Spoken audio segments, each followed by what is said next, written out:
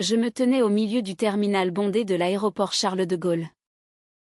Les larmes aux yeux, fixant l'écran qui affichait « Départ fermé » pour mon vol vers Madrid. Mon cœur battait la chamade. Non pas à cause du retard stupide causé par une grève imprévue, mais parce que je venais de réaliser que cette erreur pourrait tout changer. Et puis, elle est apparue, comme sortie d'un rêve fiévreux. Avec son sourire timide et ses yeux qui semblaient percer mon âme, Chloé. C'était il y a 6 mois. Mais ce jour-là reste gravé en moi comme une cicatrice invisible. J'étais Alice. Une jeune femme de 28 ans. Originaire de Lyon. Mais installée à Paris depuis 5 ans pour mon travail de graphiste dans une agence publicitaire. Ma vie était un engrenage bien huilé, un appartement cosy dans le Marais, des amis fidèles et une relation stable avec Mathieu, mon fiancé depuis 3 ans. Du moins, c'est ce que je croyais. Mais au fond de moi, un vide grandissait. Un questionnement sur mes désirs profonds que j'avais toujours refoulés. J'avais grandi dans une famille conservatrice, où l'amour se conjuguait au masculin, et où les écarts étaient synonymes de scandale. Ma mère, une enseignante stricte, m'avait élevée avec l'idée que le bonheur passait par un mariage traditionnel. Et moi, j'avais obéi, enfouissant mes attirances fugaces pour les femmes sous des couches de déni. Ce vol pour Madrid n'était pas anodin. J'y allais pour un congrès professionnel, mais surtout pour fuir une dispute avec Mathieu. La veille, il m'avait accusée d'être distante, de ne plus l'aimer comme avant. Alice, qu'est-ce qui ne va pas? Avait-il demandé, les yeux emplis de reproches. J'avais haussé les épaules, prétextant le stress du travail. En réalité, je me sentais piégée dans une vie qui n'était pas la mienne. Et voilà que je ratais mon avion. Paniquée, je me précipitais vers le comptoir d'information, où une file interminable s'étirait. C'est là que je la vis pour la première fois. Chloé était adossée contre un pilier, un sac à dos à ses pieds, feuilletant un livre avec une concentration qui contrastait avec le chaos ambiant. Elle avait 27 ans. Des origines espagnoles par sa mère, ce qui expliquait son teint hâlé et ses cheveux noirs ondulés qui cascadaient sur ses épaules. Elle travaillait comme professeure de littérature à l'université de la Sorbonne, spécialisée dans les auteurs hispaniques comme Lorca ou Allende. Son regard croisa le mien par hasard, et elle sourit. Un sourire qui illumina son visage fatigué. Vous aussi? Vous avez raté votre vol? Demanda-t-elle d'une voix douce, avec un léger accent chantant qui trahissait ses racines andalouses. Je hochai la tête, encore essoufflée. Oui. Pour Madrid. Et vous? Elle rit doucement. Le même. Une grève des contrôleurs aériens? Paraît-il. Je m'appelle Chloé.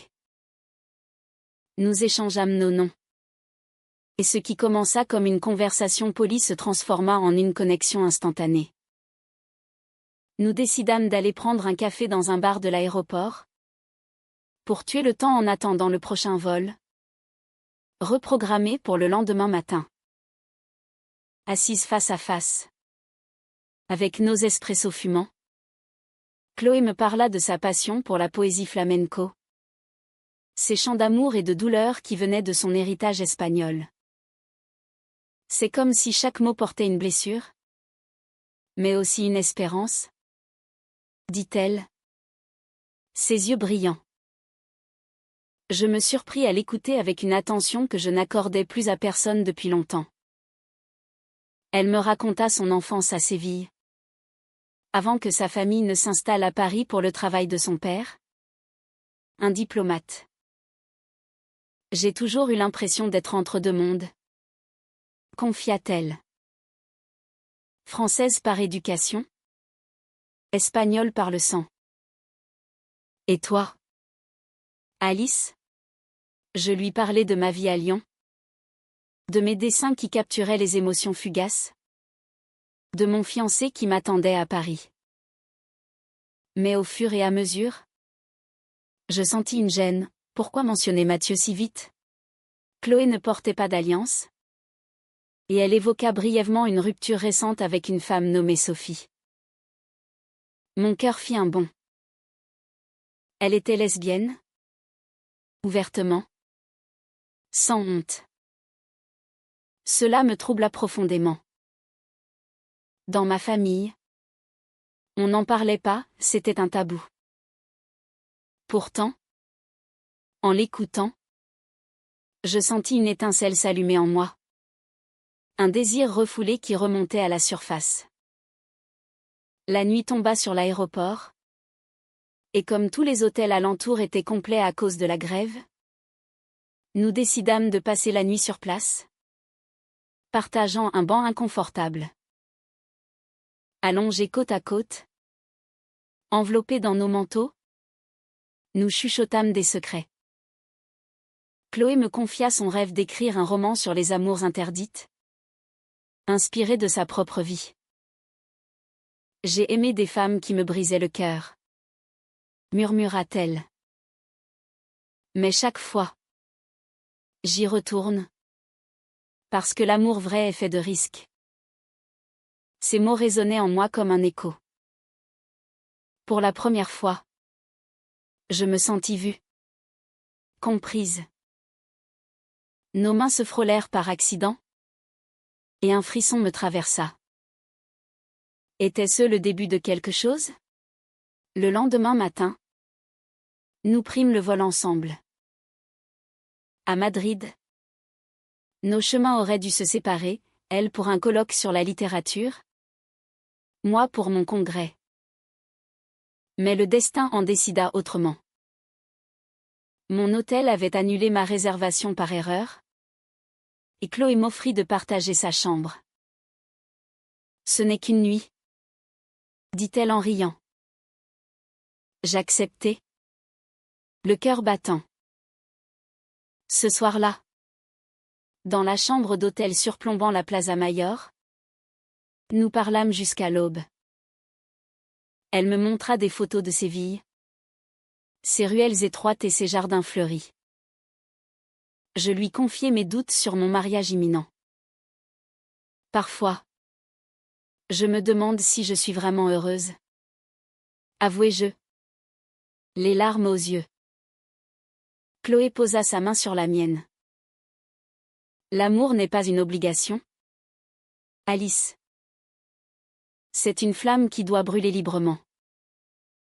Ces mots, imprégnés de cette passion espagnole, me touchèrent au plus profond. Cette nuit-là, rien ne se passa physiquement, mais émotionnellement, tout changea. Je rentrai à Paris avec son numéro. Et un secret qui grandissait en moi, j'étais en train de tomber amoureuse d'une femme. De retour à Paris, les messages s'enchaînèrent. Chloé m'invita à un récital de poésie dans un café du quartier latin. J'y allai, prétextant une sortie entre amis à Mathieu. Là, sous les lumières tamisées, elle récita un poème de Lorca. Sa voix vibrante d'émotion. La lune est venue à la forge avec son jupon de nard, déclama-t-elle, et je sentis mes joues rougir.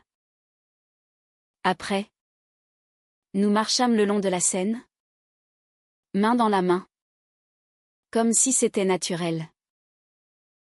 Tu me fais penser à une héroïne de roman, Alice, murmura-t-elle. Mystérieuse, tourmentée. Mais le mensonge pesait. Mathieu remarqua mon changement, mes sourires distraits, mes soirées tardives. Qui est cette Chloé? Demanda-t-il un soir. Suspicieux. Je balbutiai une excuse. Mais le doute s'installa. Chloé. De son côté, ignorait tout de mes fiançailles. Je lui avais dit que j'étais célibataire, par peur de la perdre. Ce secret me rongeait, créant une tension intérieure qui me rendait irritable.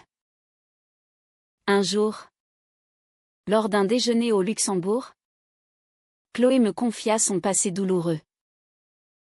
Sophie m'a trahi, dit-elle, la voix tremblante. Elle voyait quelqu'un d'autre en secret. J'ai juré de ne plus aimer sans transparence. Ces mots me transpercèrent. Comment pouvais-je lui avouer maintenant? La culpabilité m'envahit. Mais l'amour grandissait. Nos rencontres devinrent plus intimes, des promenades à Montmartre. Des dîners dans des bistrots cachés. Chaque fois, je sentais mon cœur se déchirer entre loyauté et désir. Puis vint le premier baiser. C'était lors d'une fête andalouse qu'elle organisa chez elle. Avec guitare et vin rioja. Sous les étoiles artificielles de son balcon, elle m'attira à elle. Alice. Je t'aime, murmura-t-elle avant que nos lèvres se touchent. Ce fut un feu d'artifice. Une explosion de sentiments refoulés. Mais au fond de moi, la peur grandissait. Que allais-je faire de Mathieu? De ma vie construite sur des mensonges? Les semaines suivantes furent un tourbillon d'émotions contradictoires. Je vivais une double vie, le jour, avec Mathieu, planifiant notre mariage prévu pour l'automne, et le soir, avec Chloé, explorant un amour naissant qui me faisait me sentir vivante pour la première fois. Chloé m'emmena à des expositions d'art espagnol au Louvre, où nous admirions l'étoile de Goya, sombre et passionnée. Regarde ces ombres, disait-elle. Elles représentent nos secrets intérieurs. Ces paroles me hantaient, car mes ombres à moi étaient bien réelles. Mathieu, sentant mon éloignement, devint possessif. Tu passes trop de temps avec cet ami, reprocha-t-il lors d'un dîner. C'est qui pour toi? Je niai. Mais son regard sceptique me fit frémir. Ma famille, informée du mariage, pressait pour les détails. Ma mère appelait souvent, Alice. Tu es sûre de toi? Tu sembles distraite. Je hochais la tête au téléphone. Mais intérieurement, je bouillonnais. Comment leur avouer que j'aimais une femme? Dans notre milieu bourgeois lyonnais? Cela serait un scandale? Une trahison. Chloé, quant à elle, se livrait de plus en plus. Elle me parla de son coming out difficile à l'université, du rejet de certains amis, mais aussi de la liberté retrouvée. L'amour n'a pas de genre? Alice, affirma-t-elle un soir, blottie contre moi sur son canapé. Nous regardions un film sur des amours interdites, et ses caresses innocentes me faisaient fondre. Pourtant, je gardais mon secret, terrifiée à l'idée de la perdre. Cette duplicité créait en moi un conflit intérieur dévastateur, la joie de l'amour naissant contre la culpabilité écrasante. Un incident accéléra les choses. Lors d'une sortie à Versailles, Chloé trouva par hasard une photo de Mathieu dans mon portefeuille. Qui est-ce? Demanda-t-elle. Les sourcils froncés. Je balbutiai, un ami. Mais elle insista. Et je dus avouer partiellement, mon ex. Le mensonge s'épaissit. Et je vis la déception dans ses yeux. Pourquoi ne m'en as-tu pas parlé plus tôt, reprocha-t-elle doucement. Je promis de tout dire, mais repousser l'échéance. La tension monta lors d'un voyage improvisé à la Côte d'Azur. Chloé voulait m'emmener à Nice pour un week-end romantique, inspiré de ses racines méditerranéennes. Comme un flamenco sous le soleil, dit-elle en riant. J'acceptai, prétextant un déplacement professionnel à Mathieu. Là-bas, sur la promenade des Anglais, nous marchâmes main dans la main, le vent salé caressant nos visages. Chloé me confia un secret douloureux, sa mère, espagnole traditionnaliste, avait du mal à accepter son orientation. Elle prie pour que je change, murmura-t-elle, les larmes aux yeux. Je la serrai dans mes bras, me sentant hypocrite. Comment pouvais-je la consoler alors que je cachais pire? Ce week-end fut magique, des pique-niques sur la plage, des danses improvisées dans des bars locaux. Mais au retour, la réalité frappa. Mathieu m'attendait à la gare, furieux. Où étais-tu vraiment, hurla-t-il. J'inventai un mensonge. Mais il fouilla mon téléphone et trouva un message de Chloé. Je t'aime. Reviens vite. Le monde s'écroula. C'est quoi ça? Cria-t-il. Les yeux emplis de rage. Je niai d'abord, puis avouai partiellement, c'est une amie proche. Il partit en claquant la porte, me laissant seul avec mes remords. Le lendemain, je confessai tout à Chloé. Ou presque. Mathieu est mon fiancé? Dis-je en pleurant. Elle blêmit. Recula comme si je l'avais frappé. Fiancé? Tu es engagé, balbutia-t-elle. Les larmes coulèrent sur ses joues. Pourquoi m'as-tu menti? Je tentai de m'expliquer, la peur, le déni, l'éducation. Mais elle secoua la tête. L'amour sans vérité n'est que trahison. Alice. Comme Sophie. Elle me demanda de partir, et je quittai son appartement le cœur brisé.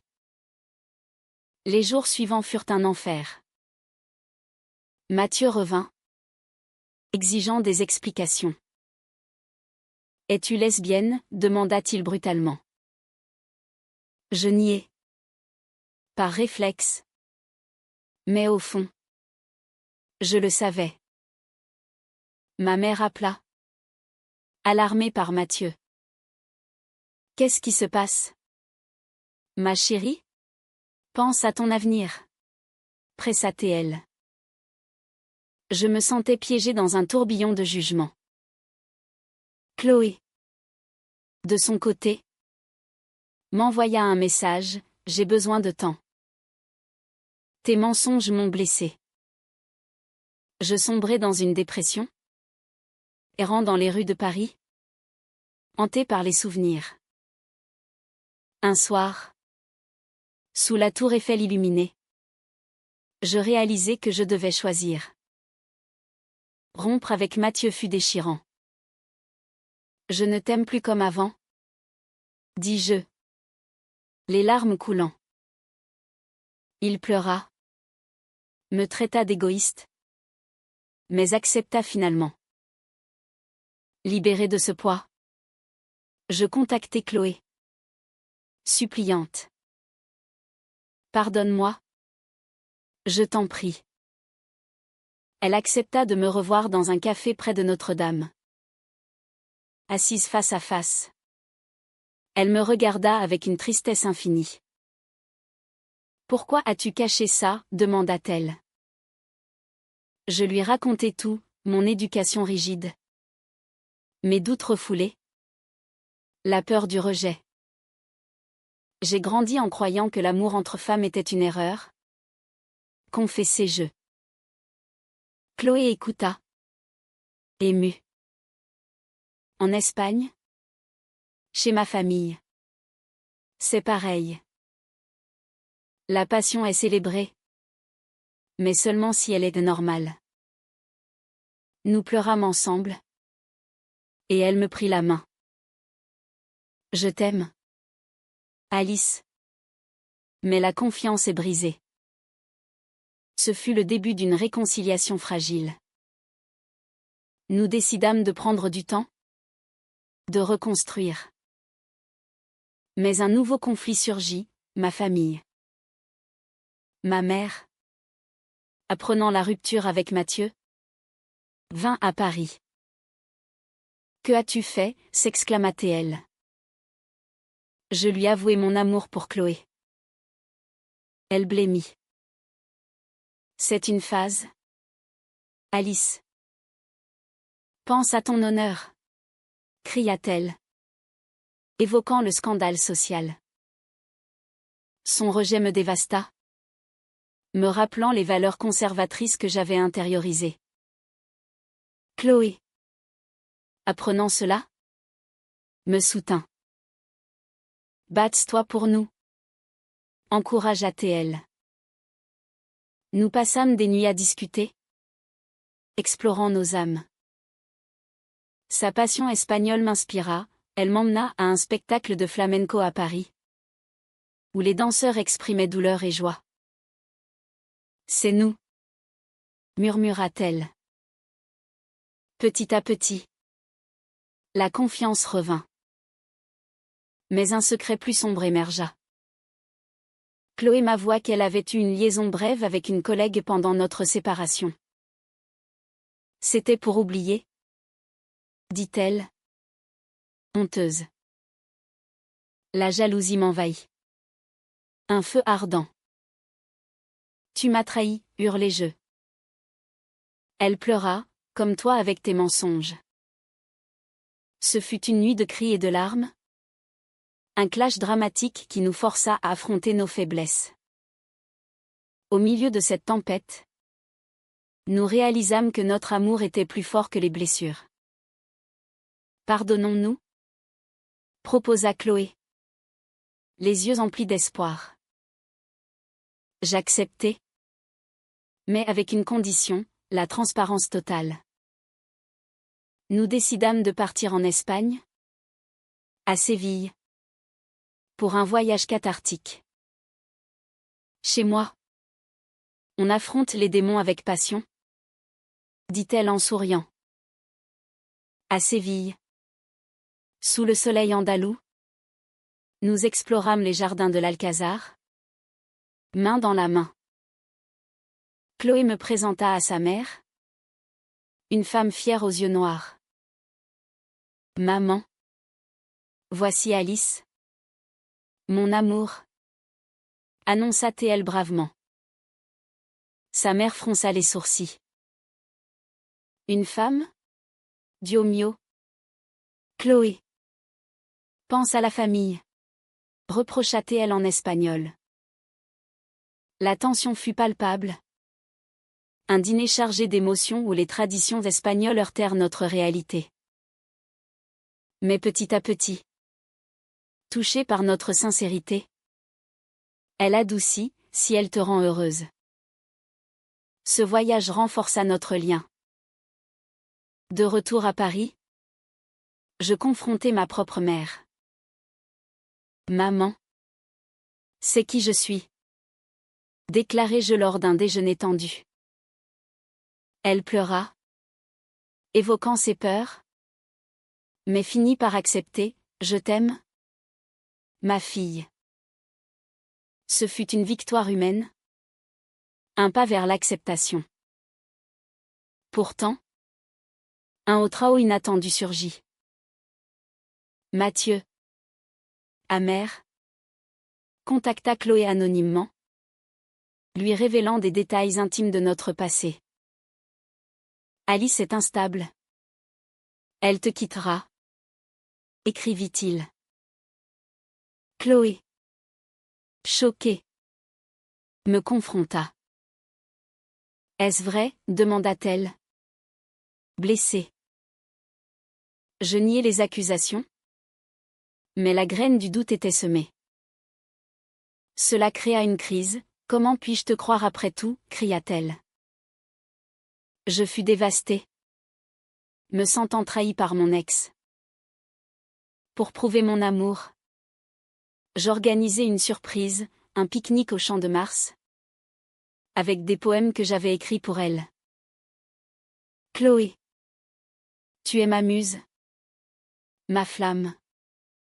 Lus-je. La voix tremblante. Elle fondit en larmes. Et nous nous réconciliâmes sous les étoiles. Mais la vie réserva une autre épreuve. Chloé fut mutée à Bordeaux pour son travail. C'est une promotion? Mais loin de toi. Dit-elle. Déchirée. Je paniquai, allais-je la perdre? Nous débattîmes des nuits entières. Viens avec moi. Proposa-t-elle. Mais mon travail à Paris? Ma vie établie? Ce fut une décision difficile. Un conflit intérieur entre amour et carrière. Finalement, je choisis l'amour. Je démissionnai et la suivis à Bordeaux. Là, dans une maisonnette près de la Garonne, nous construisîmes une vie ensemble.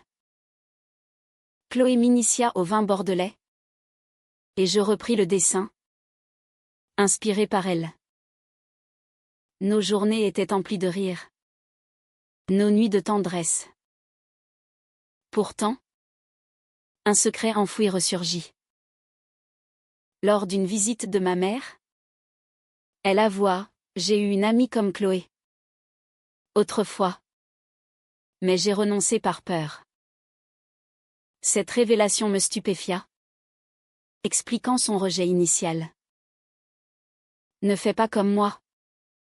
Vis ton amour. Conseilla-t-elle. Cela approfondit notre lien familial. Chloé, touchée, organisa une fête hispano-française, mélangeant tapas et fromage. Ce fut un moment de joie, mais aussi de réflexion. Notre amour a surmonté tant d'obstacles, murmura-t-elle. Un jour, lors d'une promenade, Chloé s'agenouilla. Épouse-moi. Alice. Mon cœur explosa. Oui, criai-je. Mais le mariage entre femmes en France, bien que légal, posa des questions, famille, société. Ma mère hésita, mais accepta. La mère de Chloé vint d'Espagne, émue. La préparation fut un mélange d'excitation et de tension. Mathieu réapparut, s'excusant, j'étais jaloux. Pardonne-moi. Je le fis. Fermant un chapitre. Le jour du mariage, à Bordeaux, sous un ciel azur, nous échangeâmes nos vœux. Tu as rendu mon vol manqué inoubliable, dis-je à Chloé. Elle sourit, et toi? Tu as illuminé ma vie. Mais la vie n'est pas un conte. Peu après, Chloé tomba malade, une infection rare. L'hôpital devint notre quotidien. Batte-toi. Mon amour. Suppliai-je. Elle guérit. Mais cela nous rappela la fragilité de l'existence. Aujourd'hui, nous vivons heureuses. Avec nos hauts et bas. Notre histoire, pleine de drames et de passion, nous a forgés. Attends. Ce n'est pas la fin. Un dernier twist, j'appris que Chloé avait gardé un secret. Avant moi. Elle avait un enfant d'une relation passée, adopté en secret. Je craignais ton jugement, avoua-t-elle. Choquée. Je fus en colère, encore un mensonge? Mais en voyant la petite fille, âgée de 5 ans, je fondis. Elle fait partie de nous maintenant? Dis-je. Ce révélation testa notre amour, mais nous l'intégrâmes. La petite, nommée Lola, apporta joie et chaos. Notre vie devint une famille atypique, défiant les normes. Ma mère l'adora.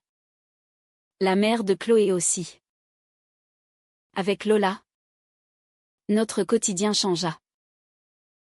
Chloé m'expliqua, c'était avec Sophie. Une insémination artificielle. Après la rupture, j'ai obtenu la garde exclusive. Je fus blessée par le secret, mais compris sa peur. Plus de cachotterie, promis-je. Nous élevâmes Lola ensemble, lui apprenant l'amour sans frontières. À Bordeaux, nous achetâmes une maison avec jardin, où Lola jouait. Chloé enseignait, moi je freelançais en graphisme. Nos soirées étaient emplies de contes espagnols et français. Mais un conflit surgit, la mère biologique de Lola, Sophie, réapparut, réclamant des droits. Je regrette. Je veux la voir, dit-elle. Chloé paniqua, elle nous a abandonnés. Ce fut un procès émotionnel. Des audiences tendues où les avocats disséquaient notre vie. Je soutins Chloé. Mais intérieurement, je doutais, étais-je prête pour cela? Sophie, jalouse de notre bonheur, accusa Chloé d'instabilité. Vous vivez un amour illégitime, lança-t-elle en cours. Cela raviva mes blessures passées, me faisant revivre le rejet familial. Le juge, humain, trancha en notre faveur, accordant des visites supervisées. L'amour prime, déclara-t-il. Ce fut une victoire, mais amère. Chloé pleura de soulagement, et nous nous serrâmes fort. Cet épisode approfondit notre lien. Nous voyageâmes en famille à Paris, montrant à Lola la tour Eiffel. Ma mère l'accueillit comme une petite fille. Pourtant, un nouveau drame, ma santé. Des migraines persistantes révélèrent une tumeur bénigne. L'opération fut effrayante. Chloé veilla à mon chevet, Lola dessinant pour moi. Tu es forte, maman Alice, dit la petite. Cela me toucha, renforçant mon rôle. Guérie. Je réalisai la valeur de notre famille. Chloé organisa une fête pour mon rétablissement, avec flamenco et joie. Mais la vie réserva un coup bas. La mère de Chloé tomba malade en Espagne. Nous partîmes en urgence. À l'hôpital de Séville, elle confia, je suis fière de toi. Lija. Ton amour est beau. Elle guérit. Mais cela nous rappela les liens familiaux. De retour, nous écrivîmes un livre ensemble, Le vol manqué. Récit de notre histoire. Il devint un succès modeste, touchant des cœurs. Un jour, Mathieu m'appela, félicitations pour ton livre. Je suis heureux pour toi. Cela ferma le cercle. Notre amour, forgé dans le feu des épreuves, devint un phare. Lola grandit, curieuse et aimante. Pourtant, un dernier secret, j'avais hérité d'une lettre de mon père décédé, révélant qu'il avait aimé un homme autrefois. Vie libre. Alice. Écrivait-il. Cela expliqua beaucoup. Me libérant. Aujourd'hui. Nous sommes une famille unie. Défiant les normes avec passion. Attends. Approfondissons. Les années passèrent. Lola entra à l'école. Chloé et moi affrontâmes des préjugés, des regards en coin. Des commentaires. Mais nous luttâmes. Participant à des marches pour les droits LGBT. Un au trao, Lola fut harcelée à l'école pour avoir « deux mamans ».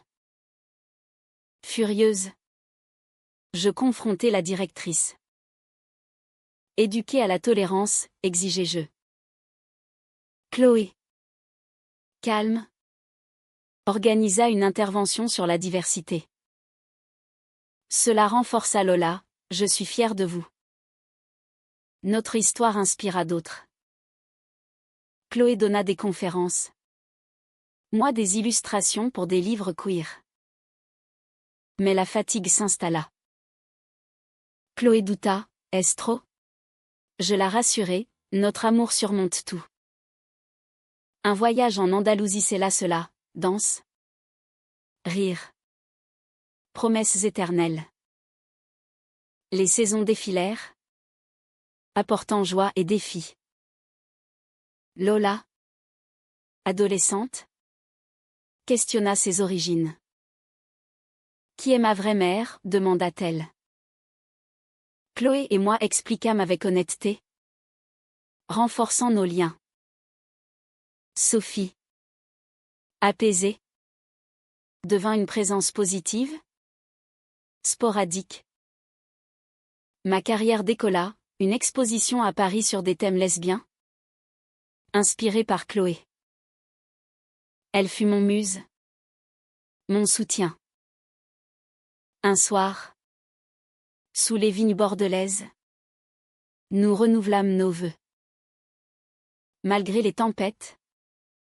Je t'aime. Dis-je. Chloé répondit, tu as rendu ma vie inoubliable. Notre histoire. Riche en drames mensonges. Trahison. Maladie. Rejet se mua en témoignage d'humanité. Nous apprîmes que l'amour vrai exige courage. Pardon. Et authenticité. Aujourd'hui. Âgés de 40 ans. Nous regardons en arrière avec gratitude. Le vol manqué fut le catalyseur d'une vie passionnée. À l'espagnol, intense. Émotive. Résiliente. Lola. Adulte. Nous rend visite. Fière de son héritage.